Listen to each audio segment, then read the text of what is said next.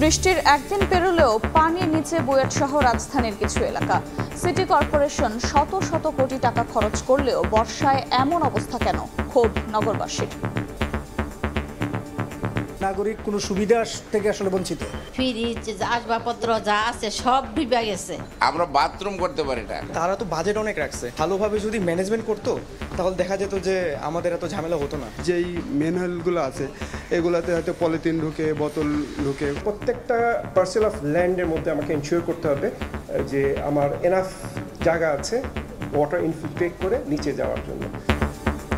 রাস্তাঘাটের পানি কমায় কক্সবাজারে স্পষ্ট হচ্ছে ক্ষতচিহ্ন ছিল। ওনারা অনেক সেলফি নিল। যারা দুর্ভোগে আছে তাদের বিষয়ে কোনো খবর নাই। 15 দিন যাবত বন্যা পানিতে আমরা খুব কষ্ট আছি। কল বাটটা তলায় গেছে গা, চেলাচ, পোকামাকড় ওগুলো অনেকগুলো ঘরের ভিতর ঢুকে গেছে। দেখছিলেন প্রধান শিরোনাম। দুপুরের সময় সঙ্গে আছি আমি আফরোজা মৌটুসী। এবার অন্যান্য শীর্ষ সংবাদ। পেনশন স্কিম প্রত্যয় বাতিলের দাবিতে আন্দোলনরত শিক্ষকদের সঙ্গে ওবায়দুল কাদেরের বৈঠক। কর্মসূচি থেকে সরে আসার আহ্বান, দাবি দাওয়া তুলে ধরা হবে প্রধানমন্ত্রীর কাছে। কক্সবাজারের সাবমেরিন কেবলের সিঙ্গাপুর প্রান্তে রক্ষণাবেক্ষণে ব্যাহত দেশের ইন্টারনেট সেবা। ব্রডব্যান্ডে ধীরগতি, সমস্যার মুখে সফটওয়্যার প্রতিষ্ঠান। ব্রিটিশ আমল থেকেই বরাদ্দ মন্দিরের জন্য। কালের পরিক্রমায় রাজধানীর মতিঝিলে দখল করে গড়ে তোলা হয় স্থাপনা। অভিযানে উচ্ছেদ করল ঢাকা জেলা প্রশাসন। এবং কম দামে গরুর মাংস পেতে বিকল্প নেই ব্রাহ্মার, সুপারিশ করলেও মিলছে না প্রাণী সম্পদের অনুমতি। আবারও আলু পেঁয়াজ অনুমতি বাণিজ্য মন্ত্রণালয়ের।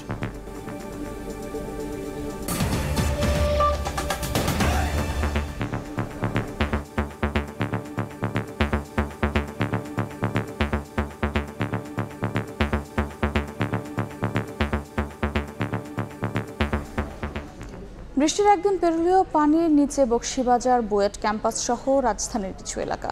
সিটি কর্পোরেশন শত শত কোটি টাকা খরচ করার পরও বর্ষায় এমন অবস্থায় ক্ষুব্ধ নগরবাসী। এমন পরিণতির জন্য নগর কর্তৃপক্ষ নাগরিকদের অসচেতনতাকে দুষলেও বিশেষজ্ঞরা বলছেন ভিন্ন কথা। রাজধানীতে ড্রেনেজ ব্যবস্থার উন্নয়নে কোটি কোটি টাকা খরচ করলেও বিভিন্ন সংস্থার মধ্যে সমন্বয়ের অভাব দেখছেন তারা। রাশেদ বাপির রিপোর্ট।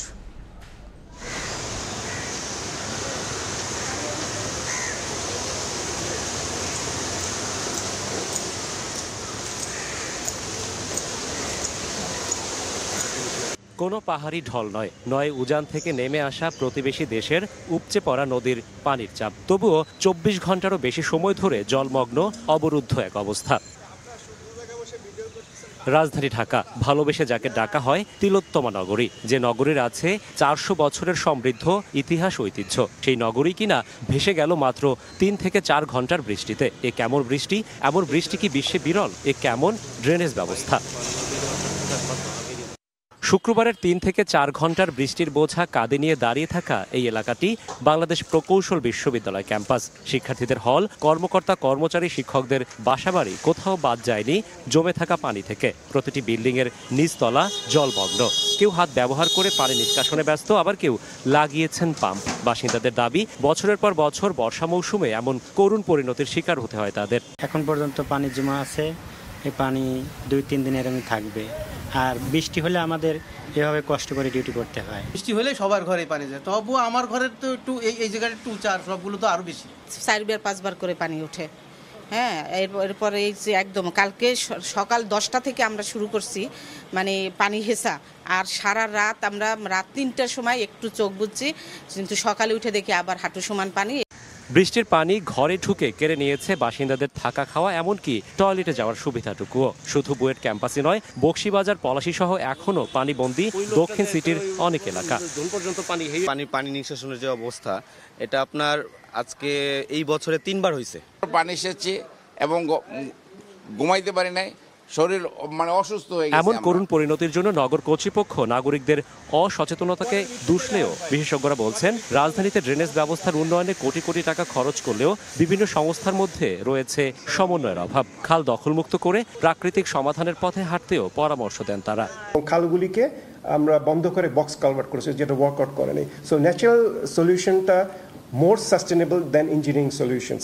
So আমি ন্যাচারাল সলিউশনের দিকে যদি আমি যাই, তাহলে কিন্তু আমার খরচটা অনেক কমে যাবে এবং খরচটা যেটাই করি না কেন আরো বেশি কার্যকরী। রাজধানীতে শুক্রবার বৃষ্টিপাত হয় মৌসুমের সর্বোচ্চ 130 মিলিমিটার। 1061 কোটি 59 লাখ টাকা আদায় করে রাজস্ব আদায়ে মাইল ফলক সৃষ্টি করা ঢাকা দক্ষিণ সিটি কর্পোরেশনের নাগরিকদের বর্তমান হাল এটি। মাত্র 3 থেকে 4 ঘন্টার বৃষ্টিতে 24 ঘন্টারও বেশি সময় ধরে জলমগ্ন থাকা এই নাগরিকদের প্রশ্ন, রাজস্ব আদায় নাকি নাগরিক সেবা, কোনটিকে বেশি প্রাধান্য দেন নগর কর্তৃপক্ষ? রাশেদ বাপ্পি, সময় সংবাদ, ঢাকা। জলাবদ্ধতার খবর জানাতে এই মুহূর্তে বুয়েট ক্যাম্পাসে আছেন রিপোর্টার রাশেদ বাপ্পি, সরাসরি যাচ্ছি তার কাছে। জলাবদ্ধতার পর সংশ্লিষ্ট কর্তৃপক্ষকে প্রশ্ন করা হলে অনেক ক্ষেত্রেই তারা কিন্তু উদাহরণ টানেন যে উন্নত অনেক দেশেও বৃষ্টি হয়, উন্নত অনেক দেশের শহরগুলোতেও জলাবদ্ধতা তৈরি হয়, কিন্তু এক্ষেত্রে সাধারণ নাগরিকের প্রশ্ন, সেই সব দেশে 2 থেকে 3 ঘন্টার বৃষ্টি কি 26, 27, 28 বা 30 ঘন্টা পর্যন্ত জলমগ্ন থাকে? এই প্রশ্ন কিন্তু সাধারণ মানুষের। ঠিক এই মুহূর্তে আমরা আছি বাংলাদেশ প্রকৌশল বিশ্ববিদ্যালয়ে বুয়েটে, এবং বুয়েটের এখন যে অংশ আমরা দেখাচ্ছি এটি বিশ্ববিদ্যালয়ের শিক্ষকদের আবাসিক এলাকা, এটিকে লাল কোয়ার্টারও বলা হয়ে থাকে, ঢাকেশ্বরী কোয়ার্টারও অনেকে বলেন। এবং এই কোয়ার্টারের অবস্থা যদি আমরা দেখি, এখানে যতগুলো গাড়ি রাখা আছে সবগুলো গাড়ি কিন্তু পানিতে অনেকটাই নিমজ্জিত। পাশাপাশি এখানে আমরা দেখতে পাচ্ছি একটি ভ্যান গাড়ির উপরে পাম্প বসানো আছে, সেই পাম্প দিয়েও অনেকে চেষ্টা করেছেন পানি থেকে মুক্তি পাওয়ার জন্য। পাশাপাশি যদি অন্য কোয়ার্টারগুলোর দিকে তাকাই, সেই কোয়ার্টারগুলো দেখতে পাচ্ছি নিচের যে তলা অর্থাৎ নিচতলা কিন্তু সম্পূর্ণ ডুবে আছে। এবং এই বুয়েট ক্যাম্পাসের এই যে তিক্ত অভিজ্ঞতা, এটি কিন্তু 2-1 বছরের নয়, বেশ কয়েক বছর ধরে এই তিক্ত অভিজ্ঞতার মধ্যে সাধারণ মানুষকে পড়তে হচ্ছে, এইটি কিন্তু তারা দাবি করছেন। কিন্তু আমরা জানি যে এবছর যদি ঢাকা দক্ষিণ সিটি কর্পোরেশনের কথা বলি, 2023-24 অর্থ বছরে রাজস্ব আদায় করে তারা কিন্তু বাহাবা বা নিজেরাই কিন্তু নিজেরা বাহাবা দিচ্ছে নিজেদেরকে যে তারা সর্বোচ্চ রাজস্ব আদায় করেছেন। সেই ক্ষেত্রে নাগরিকদের প্রশ্ন, তারা তো যথাসময়ে হোল্ডিং ট্যাক্স থেকে শুরু করে যত ধরনের বিল আছে সবগুলোই তারা পরিশোধ করেন, সেক্ষেত্রে তাদের কেন এই পরিণতির মধ্যে পড়তে হবে? এবং শিক্ষকদের যেমন এই আবাসিক হলগুলোর এই কোয়ার্টারগুলোর এই অবস্থা, তেমনি আমরা দেখেছি কর্মকর্তা কর্মচারীদের হলেরও কিন্তু একই অবস্থা। পাশাপাশি বিভিন্ন আবাসিক যে হলগুলো রয়েছে শিক্ষার্থীদের, সেগুলোও কিন্তু অনেকটাই জলমগ্ন অবস্থায় রয়েছে। সব মিলিয়ে নাভিশ্বাস এক অবস্থা, ভোগান্তি চরমে পৌঁছেছে। এবং তারা বলছেন একবার যদি এরকম জল বা পানি ওঠে, সেক্ষেত্রে 2 থেকে 3 দিন পর্যন্ত এরকম পানি থাকে। এবং যদি আমরা এই বুয়েট ক্যাম্পাস এখান থেকে যদি আরেকটু পাশে দেখি, সেটি কিন্তু বকশীবাজার এলাকা, একদম লাগোয়া। আমরা এখন একটু বকশীবাজার এলাকা কিন্তু এই বুয়েট ক্যাম্পাস থেকেই দেখাতে পারবো। এখানেই কিন্তু একটি ফটক রয়েছে, সেখান থেকে যদি আমরা বকশীবাজারের দিকে তাকাই, সেখানকার অবস্থাও কিন্তু ঠিক একই রকম, পলাশির অবস্থাও একই রকম। প্রশ্ন হচ্ছে, বছরের পর বছর যদি এই অবস্থা চলতে থাকে তাহলে নাগরিক সেবা কোথায় রইল? এবং যদি একটু বলি যে আমাদের কাছে যে তথ্য রয়েছে, গত 4 বছরে ঢাকার 2 সিটি কর্পোরেশন ড্রেনেজ ব্যবস্থাপনার উন্নয়নে 730 কোটি টাকা, অন্তত 730 কোটি টাকা কিন্তু তারা ব্যবহার করেছেন, খরচ করেছেন। তারা যদি এত শত কোটি টাকা খরচ করে থাকেন, এরপর যদি নাগরিকদের এই বেহাল অবস্থার মধ্যে পড়তে হয়, তাহলে দায়ভার কে নেবেন? সেটিও কিন্তু এক ধরনের প্রশ্ন। এবং গতকাল শুক্রবার সাধারণ মানুষ এরকম ভোগান্তির মধ্যে পড়েছে। আজ শনিবার, শুক্র শনিবার দুদিনই কিন্তু নগর ভবন বন্ধ থাকে, 2 সিটি কর্পোরেশনের কর্মকর্তা কর্মচারীরা কিন্তু ছুটিতে থাকেন। তাদেরকেও কিন্তু এই অবস্থায় আমরা সাধারণ নাগরিকদের পাশে পাইনি, সেটি নিয়েও কিন্তু এক ধরনের ক্ষোভ সাধারণ নাগরিকদের রয়েছে। এবং এই যে পানি, আমরা কয়েক ঘন্টা ধরে বকশীবাজার এবং বুয়েটের এরিয়াতে রয়েছি, পানি যে নামছে তা কিন্তু নয়, খুবই কম পরিমাণে পানি নামছে। এবং আমাদের কাছে মনে হচ্ছে, এবং সাধারণ মানুষদের যে অভিজ্ঞতা, তাতে এরকম একবার যদি পানি ওঠে, সেই পানি নামতে 2 থেকে 3 দিন সময় লাগে, এবং বছরে 3 থেকে 4 বার এরকম জলমগ্ন অবরুদ্ধ অবস্থার মধ্যে তাদের যেতে হয়। নগর কর্তৃপক্ষকে এই বিষয়গুলো দেখছে না, এই প্রশ্ন সাধারণ মানুষের। শেষ করছি বুয়েট থেকে, এই ছিল আমার কাছে সবশেষ খবর। যমুনা ও ব্রহ্মপুত্রের পানি কিছুটা কমলেও এখনও বিপদ সীমার উপর দিয়ে প্রবাহিত হচ্ছে, এতে দুর্ভোগ কমছে না বানভাসী মানুষের। বন্যা পরিস্থিতির আরও খবর জানাতে এই মুহূর্তে সিরাজগঞ্জের কাওয়াকোলা চরে আছেন সহকর্মী রিঙ্কু কুন্ডু, এবং জামালপুরের ইসলামপুরে আছেন জাহাঙ্গীর আলম। সরাসরি শুরুতে যাচ্ছে রিঙ্কুর কাছে। গত একদিন পানি বাড়ার পরে আবারও কমতে শুরু করেছে যমুনা নদীর পানি। গত 24 ঘন্টায় সিরাজগঞ্জ পয়েন্টে যমুনা নদীর পানি কমেছে 15 সেন্টিমিটার। আমি যদি একটু দেখাই, আমরা এখন আছি সিরাজগঞ্জের সদর উপজেলার কাওয়াখোলা দুর্গম একটি চরে, এবং যে এই চরের যে বাড়িগুলো আপনারা দেখতে পাচ্ছেন, এই বাড়িগুলোতে কিন্তু আসলে একদিন আগেও পানি ছিল। ধীরে ধীরে এই বাড়িগুলো থেকে, অর্থাৎ চরাঞ্চলের বাড়িগুলো থেকে পানি নামছে। এই যারা বসতি ছিল তারা কিন্তু আসলে অনেকেই ফিরতে শুরু করেছে। সেই সাথে কিন্তু এখনো যমুনা নদীর পানি বিপদসীমার 35 সেন্টিমিটার উপর দিয়ে কিন্তু প্রবাহিত হচ্ছে। 35 সেন্টিমিটার উপর দিয়ে প্রবাহিত করার কারণে এখনো কিন্তু নিম্নাঞ্চল এবং চরাঞ্চলের অসংখ্য মানুষ কিন্তু পানিবন্দী রয়েছে। তারা ঘরবাড়ি ছেড়ে অনেকেই উঁচুস্থান বা বাঁধের উপর আশ্রয় নিয়েছে, আশ্রয়কেন্দ্রে আশ্রয় নিয়েছে। সেসব এলাকায় কিন্তু বিশুদ্ধ খাবার পানি এবং শুকনো খাবারের সংকট রয়েছে। সেই সাথে এই অঞ্চলে, অর্থাৎ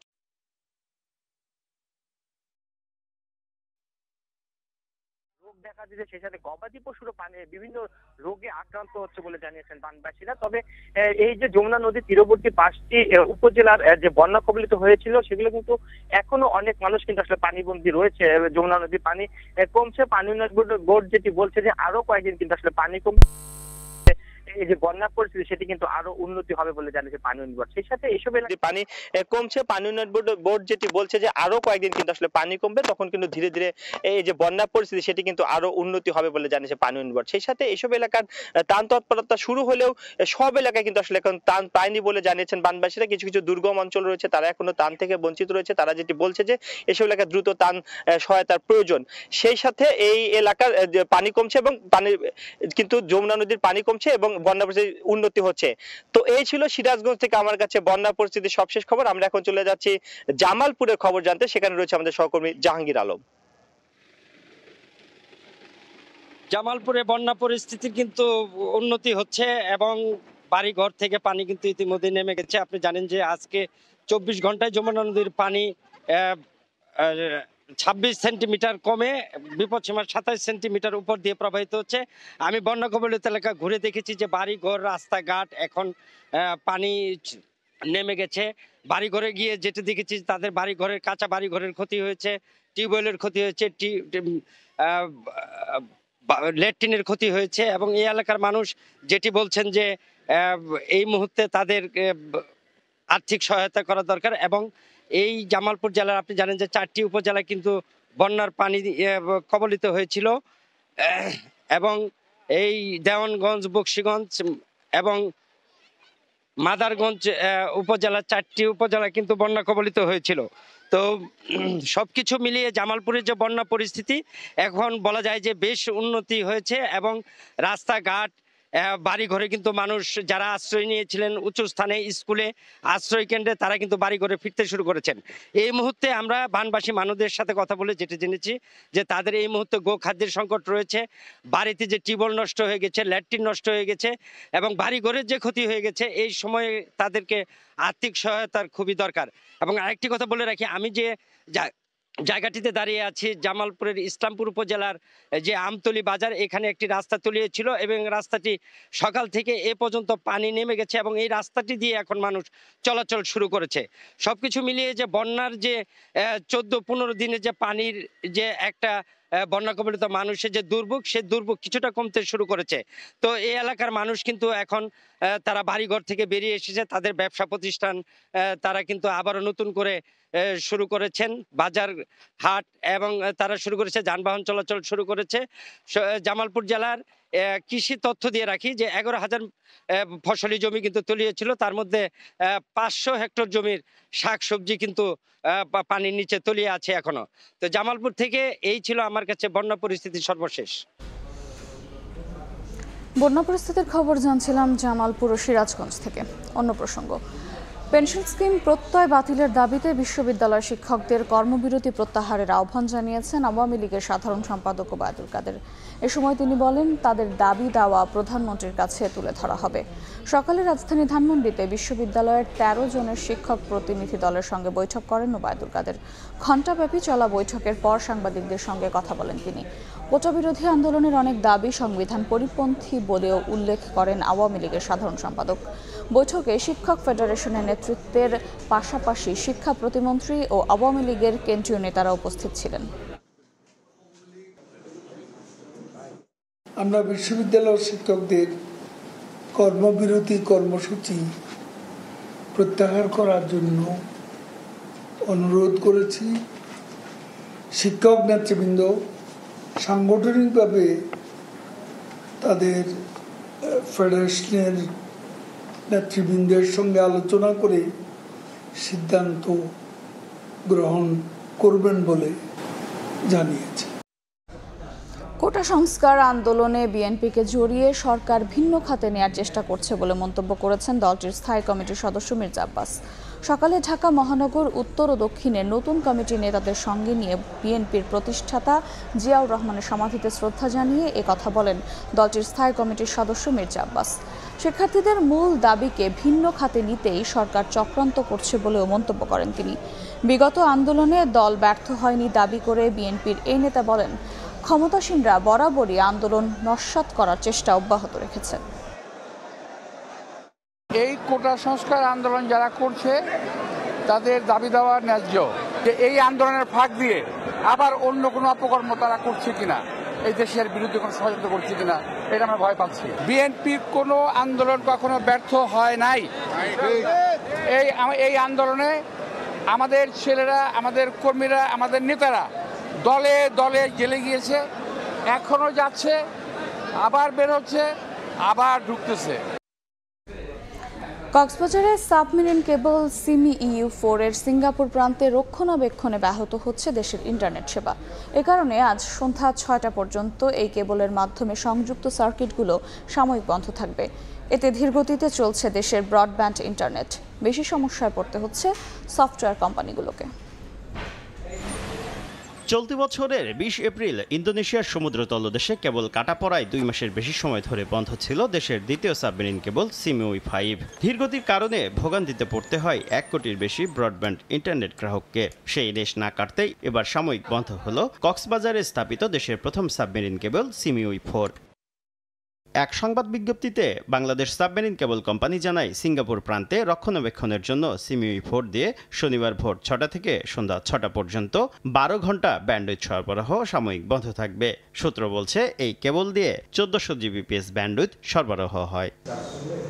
ইন্টারনেট সেবাদাতারা বলছেন, সিমিউই-4 বন্ধ থাকলেও 60% সেবা ক্যাশ সার্ভার থেকে দেওয়ায় সাধারণ ব্যবহারকারীরা খুব একটা ভোগান্তিতে পড়বেন না। তবে সমস্যায় পড়বে সফটওয়্যার প্রতিষ্ঠানগুলো। সিমিউই-4 দিয়ে কক্সবাজার থেকে সিঙ্গাপুরে সরাসরি সিগন্যাল পৌঁছাতে সময় লাগে 40 মিলিসেকেন্ড। তবে কেবল বন্ধ থাকায় ভারতের চেন্নাই হয়ে সিঙ্গাপুরে সিগন্যাল পৌঁছাতে অন্তত 60 মিলিসেকেন্ড সময় লাগতে পারে। সাধারণ ইউজারদের 50 থেকে 60% তারা ব্যান্ডউইথ ইউজ করা হলো ক্যাশ সার্ভিস থেকে। সফটওয়্যার নিয়ে যারা কাজ করে তাদের হয়তো কিছু লেটেন্সি ইস্যু থাকতে হতে পারে, যেটা হয়তো 40 মিলিসেকেন্ডে পৌঁছতো সেটা হয়তো 60-70 মিলিসেকেন্ডে পৌঁছছে। আইএসপি সেবাদাতাদের তথ্য মতে বর্তমানে দেশে দৈনিক প্রায় 6000 Gbps ব্যান্ডউইথ ব্যবহৃত হয়। শুভ খান, সময় সংবাদ, ঢাকা। বা মানসিক প্রশান্তির জন্য সন্তান পরিজন নিয়ে ঘুরতে যাবেন রাজধানীর কোনো পার্ক বা খেলার মাঠে, সেখানেও নানা বিড়ম্বনা। রক্ষণাবেক্ষণের অভাবে বর্ষা মৌসুমে জমে থাকে পানি, মশার উপদ্রব, অনিরাপদ পরিবেশ সহ নানা কারণে পার্কে যান না নগরবাসী। দায়িত্বশীলদের জবাবদিহি না থাকায় সংকট বলছেন পরিবেশবিদরা। তাসনিয়া নিশাত মিমির রিপোর্ট।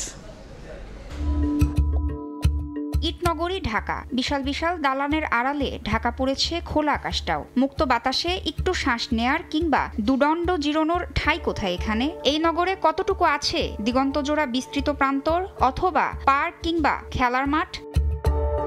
রাজধানীর দুটি সিটি কর্পোরেশনের দেয়া তথ্যানুযায়ী উত্তর সিটি কর্পোরেশনে পার্ক রয়েছে 23টি, শিশু পার্ক 4টি আর মাঠ রয়েছে 8টি। অন্যদিকে দক্ষিণ সিটি কর্পোরেশনে মোট পার্ক রয়েছে 20টি, মাঠ রয়েছে 19টি। এ তো গেল কাগজে হিসেব, কিন্তু বাস্তবের অবস্থা কি? সরেজমিনে কয়েকটি পার্ক ঘুরে দেখা যায় পড়ে আছে অযত্ন আর অবহেলায়। ময়লা আবর্জনার কারণে তার সুস্থ বিনোদন বা বিশ্রামের কেন্দ্রবিন্দুর পরিবর্তে পরিণত হয়েছে বিড়ম্বনায়। জল জমে থাকে পার্কে, খেলতে পারি না। ওয়াশরুমের ব্যবস্থা থাকলে এটা হচ্ছে একটু বেশি সুবিধা হতো। এ অবস্থায় পার্কে আসা দর্শনার্থীরা বলছেন, পর্যাপ্ত পরিমাণ গাছপালা রাখার পাশাপাশি পার্ক সংস্কার করে শিশুদের জন্য বিভিন্ন রাইডের ব্যবস্থা করলে তারা সুস্থ বিনোদন আর মানসিক বিকাশের সুযোগ পেত। যদি পর্যাপ্ত পরিমাণে রক্ষণাবেক্ষণ করা হতো তাহলে এই পার্কের সৌন্দর্য আরো ভালো হতো। নেশা করতেছে, এর পাশে স্কুল স্টুডেন্ট বসতে আছে, সবার সাথে একসাথে বসে আসলে খুব বিশৃঙ্খলা পরিবেশটা। পার্কের সাথে সুস্থ নগর জীবনের গুরুত্ব অনুধাবন করে এর দিকে নগরবিদদের নজর দেওয়ার আহ্বান জানালেন পরিবেশবাদী আইনজীবী। যদি আপনি সুস্থ নগর পরিবেশ চান, তার জন্য যেমন আপনার পর্যাপ্ত পরিমাণের উন্মুক্ত স্থান থাকা দরকার। যদি আপনি অপরাধ মুক্ত তরুণ সমাজ চান, তাহলেও কিন্তু ছেলে মেয়েকে পার্ক আর খেলার মাঠের ব্যবস্থা করে দিতে হবে। এইটা আমাদের দেশের দায়িত্বপ্রাপ্ত সংস্থাগুলো করে না। এদিকে ঢাকা দক্ষিণ সিটি কর্পোরেশন বলছে পার্কের সুরক্ষায় নেওয়া হচ্ছে নানা উদ্যোগ। পার্কগুলোর সংস্কারে নেওয়া হয়েছে 28টি প্রকল্প। এই প্রকল্পের আওতায় প্রায় 28টি কার্যক্রম শেষ হতে যাচ্ছে আর কি। তো এটি পরিপূর্ণভাবে শেষ হলে তারপর ধাপে ধাপে সেগুলো নেওয়া হবে। নগর পরিকল্পনাবিদদের মতে একটি আধুনিক শহরে প্রতি আধা বর্গ কিলোমিটার এলাকার জন্য একটি করে খেলার মাঠ এবং 1 একর পার্ক থাকা উচিত। কংক্রিটে ঘেরা নগরীতে সবুজে প্রশান্তি খুঁজতে একসময় পার্কে যাওয়ার প্রচলন থাকলেও বর্তমানে অনেকটাই পার্ক বিমুখ রাজধানীবাসী। অনিয়ন্ত্রিতভাবে গাছ কাটা, নোংরা আর অনিরাপদ পরিবেশই এর জন্য দায়ী বলে মনে করছেন সংশ্লিষ্টরা। আর তাই পার্ক নিয়ে কর্তৃপক্ষের যথাযথ উদ্যোগের পাশাপাশি এর পরিবেশ রক্ষায় দরকার নাগরিক সচেতনতা। তাসনিয়া নিশাত, মিম, সময় সংবাদ, ঢাকা। ছাগলকাণ্ডে আলোচিত মতিউর ও তার পরিবারে ক্রোক করা সম্পদ দেখে চোখ কপালে উঠবে যে কারোরই, এমনকি মতিউরের স্বজনদেরও যেন পোয়াবারো। দুদকের তথ্য বলছে এখন পর্যন্ত তাদের প্রায় ৩,৫০০ শতাংশ জমি, বহুতল ভবন, 6টি ফ্ল্যাট, 116টি ব্যাংক হিসাব এবং 23টি বিও হিসাব ক্রোক হয়েছে। তাদের আরও সম্পদের খোঁজ চলছে। আতাউর কাউসারের রিপোর্ট।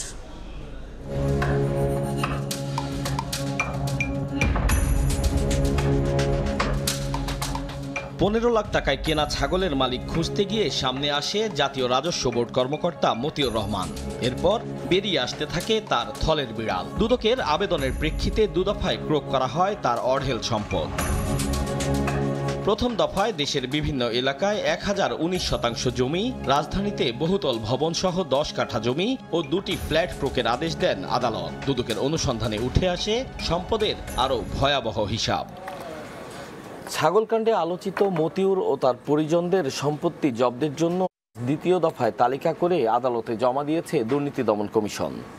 14 পৃষ্ঠার এ তালিকায় মোট জমির পরিমাণ 2367 শতাংশ। 14 পাতার সম্পদ তালিকায় দেখা যায় শুধু নিজের নামেই সম্পদ গড়েননি মতিউর। চতুর এ সরকারি কর্মকর্তা নিজের অপকর্ম ঢাকতে ও নিজেকে আড়াল করতে অর্জিত সম্পদ 2 স্ত্রী, 2 পরিবারে 5 সন্তানের মধ্যে 2 সন্তান, ভাই, ভাইয়ের বউ সহ আত্মীয় স্বজনদের নামেও রেখেছেন। দ্বিতীয় দফায় দুদকের আবেদনে মতিউর গংদের 2367 শতাংশের বেশি জমি, 4টি ফ্ল্যাট, 116টি ব্যাংক হিসাব এবং 23টি বিও হিসাব ক্রোক হয়েছে। তালিকা বিশ্লেষণে দেখা যায় প্রথম পক্ষের ছেলে আহমেদ তৌফিকুর রহমান অর্ণবের নামে ব্যাংকে রয়েছে প্রায় 10 কোটি টাকা আর জমির পরিমাণ 538 শতাংশ। আর ভাই কায়ুম হাওলাদারের নামে রয়েছে 892 শতাংশ জমি আর ব্যাংক হিসাবে 14 কোটি টাকা, যেখানে মতিউরের নিজ নামীয় ব্যাংক অ্যাকাউন্টে টাকার পরিমাণ এদের তুলনায় অনেক কম, মাত্র 55 লাখ টাকা। নথিপত্রে দেখা যায় সম্মিলিত 116টি ব্যাংক হিসাবে 13,44,36,471 টাকা জমা রয়েছে। যদিও অভিযোগ আছে ছাগলকাণ্ডের পর ব্যাংক হিসাব ফ্রিজের আগ পর্যন্ত বিপুল পরিমাণ নগদ অর্থ উত্তোলন করেছেন মতিউর ও তার স্বজনরা। তবে বিশেষ সূত্রে জানা গেছে নামে বেনামে আরও প্রচুর সম্পদ রয়েছে এদের, যা পেতে খোঁজ অব্যাহত রেখেছে দুদক। আতাউর কাউসার, সময় সংবাদ, ঢাকা। বাজার নিয়ন্ত্রণে ব্যর্থ হয়ে আলু, পেঁয়াজ আমদানির অনুমতি বাণিজ্য মন্ত্রণালয়ের। দুপুরে রাজধানীর টিসিবি ভবনে এক অনুষ্ঠানে অংশ নিয়ে যে কোনো দেশ থেকে এই পণ্যের আমদানি অনুমোদন দেওয়ার কথা জানান প্রতিমন্ত্রী আহসানুল ইসলাম টিটু। সরকারের এই সিদ্ধান্তকে স্বস্তিদায়ক হিসেবে দেখছেন খুচরা ব্যবসায়ী ও ভোক্তারা। আলু উৎপাদনের উদ্বৃত্তের হিসাব কৃষি মন্ত্রণালয় দিলেও বাজার নিয়ন্ত্রণে হিমশিম খেতে হচ্ছে বাণিজ্য মন্ত্রণালয়কে। ভরা থেকে খরা, বছরব্যাপী চড়ে থাকছে পণ্যটির দাম। আলুর বাজার হাই বাজার, আরো দাম বাড়তেছে। দাম দেখি দামে বিক্রমপুরে আনছি, আইনা ব্যস্ত পারতেছি না। দামটা খাইবো, সুন্দরটা খাইবো, কিন্তু দেখতে খারাপটা খাইবো না। খাদ্যদ্রব্য যে জিনিসটা, প্রত্যেকটা জিনিসটা আমরা কিনতে খুব হিমশিম খাচ্ছি। একই অবস্থা পেঁয়াজের বাজারেও। উৎসব পার্বণের চাহিদা বৃদ্ধি কিংবা বৃষ্টি, বন্যা যেন পান থেকে চুন খসলেই দাম বৃদ্ধির খেলায় মেতে ওঠেন বিভিন্ন শ্রেণীর ব্যবসায়ীরা। এখন 105, 110 এরকম হয়ে গেছে। পেঁয়াজের দামটা অস্থির হয়ে গেছে। সাধারণ মানুষ তো বাঁচতে পারে না ভাই, এত কিছু দাম হইলে।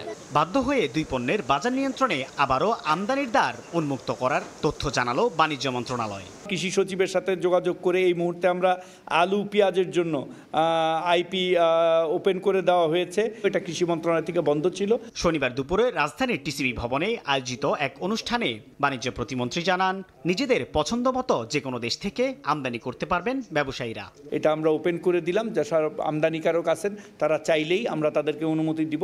আলু এবং পেঁয়াজ তারা ইচ্ছা করলে যে কোনো দেশ থেকে নিয়ে আসতে পারবে। বাজার সংশ্লিষ্টরা বলছেন, বিশ্ববাজারে এই দুই পণ্যের তুলনামূলক চাহিদা বেশি থাকার পাশাপাশি শুল্ক করের হিসেব কষে আমদানিকারকরা কতটা আগ্রহী হবেন সেটাই এখন দেখার বিষয়।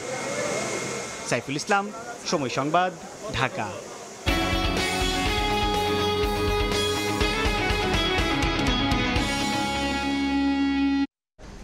বিদেশি প্রতিষ্ঠানের কাছে জায়গা ভাড়া দিয়ে চলতি বছরে বাংলাদেশের রিজার্ভে 4 থেকে 6 বিলিয়ন ডলার যোগান দেওয়ার পরিকল্পনা নিয়েছে চট্টগ্রাম বন্দর।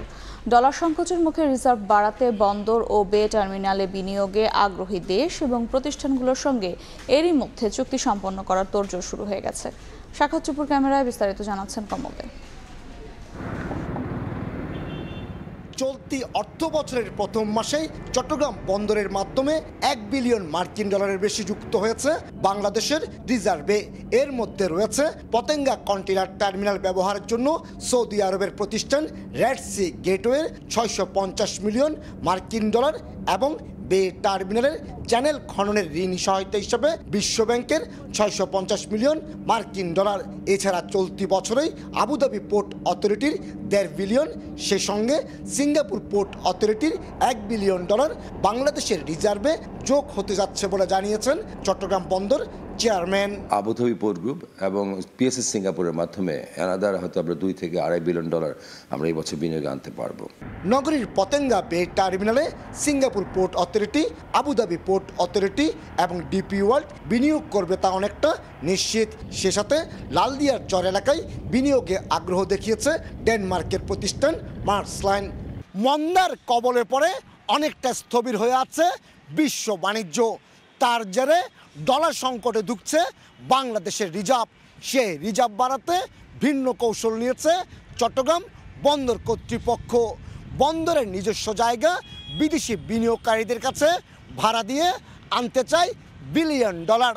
তবে তা যেন পরিকল্পনা মাফিক এবং সুদূরপ্রসারী হয় সেই মত ব্যবসায়ীদের। বন্দরের অপব্যবহৃত জায়গাগুলি বিভিন্নভাবে ভাড়া দিয়ে বৈদেশিক মুদ্রা আনার জন্য অথবা এগুলিকে ব্যবহার উপযোগী করার জন্য, অর্থনৈতিক কর্মকাণ্ড বাড়ানোর জন্য, সেটাকে অবশ্যই আমরা স্বাগত জানাই। শুধু চট্টগ্রাম বন্দর কিংবা বে টার্মিনাল নয়, কক্সবাজারের মহেশখালীর মাতারবাড়ি গভীর সমুদ্র বন্দরের কাছে স্বতন্ত্র একটি ইকোনমিক জোন গড়ে তোলার আগ্রহ দেখিয়েছে জাপানি সংস্থা জেটকো। মাতারবাড়ি যে পোর্টটা আছে তার পাশে যদি একটা ইকোনমিক জোন তৈরি করা হয়, বিদেশি ইনভেস্টরদেরকে আমরা ওয়েলকাম করতে পারবো এবং সেখানে যদি ইন্ডাস্ট্রি করা হয় সেখান থেকে এক্সপোর্ট ইম্পোর্ট দুটোই সহজ হবে। বর্তমানে বাংলাদেশ কেন্দ্রিক অন্তত 3 লাখ কোটি টাকার পণ্য চট্টগ্রাম বন্দর দিয়ে আমদানি ও রপ্তানি হচ্ছে, যা থেকে সরকারের রাজস্ব আসছে প্রায় 70,000 কোটি টাকা। কমল দে, সময় সংবাদ, চট্টগ্রাম। বাইরের খবর, কোনো চাপকেই পাত্তা দিচ্ছেন না জো বাইডেন, নিজ সিদ্ধান্তেই অনড় তিনি। মিশিগানে এক নির্বাচনী প্রচারণা সভায় সাফ জানান নির্বাচনী লড়াই থেকে সরছেন না মার্কিন প্রেসিডেন্ট। এর মধ্যেই ডেমোক্রেট এই নেতার সাম্প্রতিক নানা কাণ্ডে তাকে নিয়ে উপহাস করলেন ডোনাল্ড ট্রাম্প।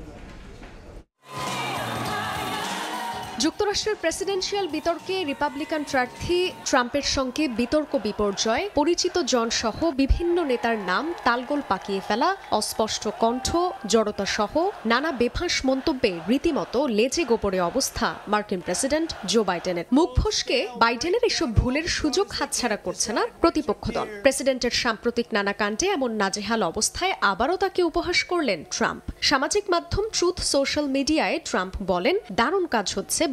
এমনকি শুধু প্রতিদ্বন্দ্বী প্রার্থী নয়, নির্বাচনী লড়াইয়ে মানসিক ও শারীরিক সক্ষমতা বাইডেনের আছে কিনা এ নিয়ে নিজ দল ডেমোক্রেটিক শিবিরে চলছে উদ্বেগ উৎকণ্ঠা। দলের প্রভাবশালী নেতারা প্রকাশ্যেই বলছেন ভোটের মাঠ থেকে বাইডেন যেন সরে দাঁড়ান। এখন পর্যন্ত ডেমোক্রেটিক পার্টির অন্তত 19 আইন প্রণেতা এই বর্ষিয়ান রাজনীতিবিদকে নির্বাচন থেকে সরে দাঁড়ানোর আহ্বান জানিয়েছেন।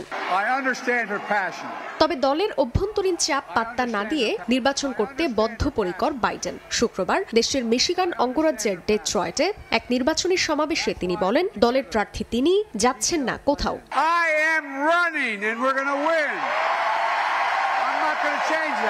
বক্তব্যে ট্রাম্পকে মার্কিনদের জন্য হুমকি হিসেবে দাবি করেন বাইডেন।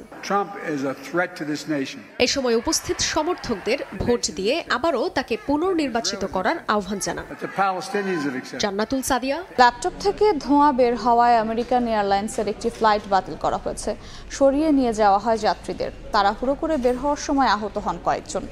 শুক্রবার সান ফ্রান্সিসকো ইন্টারন্যাশনাল এয়ারপোর্টে এই ঘটনা ঘটে।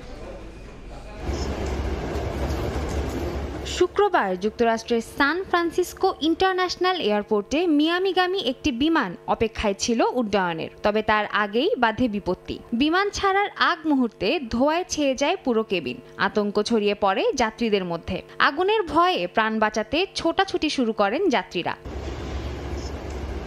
ধোঁয়া দেখে সবাই প্রাথমিকভাবে ধারণা করেন বিমানে আগুন লেগে থাকতে পারে। তবে এর উৎস খুঁজতে গিয়ে দেখা যায় এক যাত্রীর ল্যাপটপ থেকে নির্গত হচ্ছে ধোঁয়া। অবস্থা বেগতিক দেখে ল্যাপটপটির বিষয়ে কর্তৃপক্ষের কাছে রিপোর্ট করেন বিমানটির ক্রুরা। পরে স্থগিত করা হয় ফ্লাইটটি।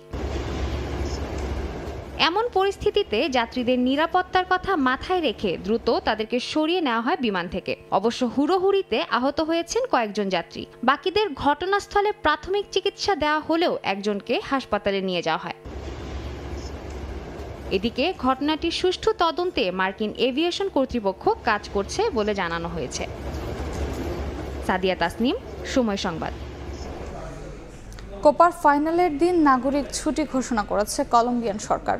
বিশ্ব চ্যাম্পিয়ন আর্জেন্টিনাকে হারিয়ে নিজেদের দ্বিতীয় শিরোপা জয়ের উৎসবে যেন কোনো কমতি না হয়, তাই এই সিদ্ধান্ত প্রশাসনের, জানিয়েছেন কলম্বিয়ার প্রেসিডেন্ট গুস্তাভো পেট্রো। সকল সরকারি প্রতিষ্ঠানকে তাদের কর্মচারীদের খেলা দেখার জন্য এই ছুটি মঞ্জুরের নির্দেশ দিয়েছেন তিনি। তবে বিপাকে পড়েছে বেসরকারি অফিসগুলো। তাদের বিষয়ে স্পষ্ট কোনো নির্দেশনা মেলেনি সরকারের পক্ষ থেকে। 2001 এরপর 23 বছরের অপেক্ষা। সে তো আর যেন তেনভাবে উদযাপন করলে হবে না। এই উদযাপনে থাকতে হবে ভিন্নতা, যা তাদের আলাদা করবে সবার চেয়ে। তবে সোমবারের ফাইনালে জিতে গেলে এমনিতেও কলম্বিয়ানদের সবার সঙ্গে মেলানোর উপায় থাকবে না। তারা তো তখন হবেন চ্যাম্পিয়ন, তাও যাকে তাকে নয়, স্বয়ং বিশ্ব চ্যাম্পিয়নদের হারিয়ে পেতে হবে এই খেতাব। এই আনন্দ উৎসবে কোনো কমতি রাখতে চায় না কলম্বিয়ান সরকার। নিজেদের নাগরিকদের পূর্ণ স্বাধীনতা দিয়ে দিয়েছেন তারা। জাতিসংঘের শান্তি মিশনে নিজে যুক্তরাষ্ট্রে অবস্থান করলেও নাগরিকদের মনের ইচ্ছা বুঝতে দেরি করেননি ট্রাইকালার দেশের president Gustavo Petro. Colombia football দল আমাদের একতার প্রতীক। এখানে সংঘাত কিংবা মেরুকরণের কোনো জায়গা নেই। তারা যে পতাকার জন্য খেলবে সেটাই আমাদের মূল শক্তি। আমরা তাই আগামী সোমবার একসঙ্গে আমাদের জয় উদযাপন করব। আমি দিনটিকে নাগরিকদের জন্য সিভিক হলিডে ঘোষণা করছি। সকল সরকারি কার্যালয় থাকবে এই ছুটির আওতায়। তবে বেসরকারি অফিসগুলো পড়েছে দোটানায়। তাদের বিষয়ে পরিষ্কার কোনো নির্দেশনা না আসলেও ছুটি চান তারাও।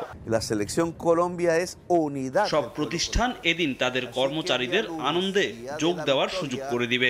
তবে বেসরকারি প্রতিষ্ঠানগুলোকে আমি বাধ্য করব না, যদিও আশা করব তারাও নিজেদের বঞ্চিত করবে না। বাংলাদেশ সময় সোমবার ভোর 6টায় মায়ামির হার্ড রক স্টেডিয়ামে আর্জেন্টিনার মুখোমুখি হবে কলম্বিয়া। নিয়ন মোহাইমিন, সময় সংবাদ। এ পর্যায়ে শীর্ষ সংবাদগুলো জানিয়ে দিচ্ছি আরেকবার। বৃষ্টির একদিন পরও পানির নিচে বুয়েট সহ রাজধানীর কিছু এলাকা। সিটি কর্পোরেশন শত শত কোটি টাকা খরচ করলেও এমন দুর্দশা কেন? ক্ষোভ নগরবাসীর। সংস্থাগুলোর সমন্বয়হীনতাই কারণ। পেনশন স্কিম প্রত্যয় বাতিলের দাবিতে আন্দোলনরত শিক্ষকদের সঙ্গে ওবায়দুল কাদেরের বৈঠক। কর্মসূচি থেকে সরে আসার আহ্বান। দাবি দাওয়া তুলে ধরা হবে প্রধানমন্ত্রীর কাছে।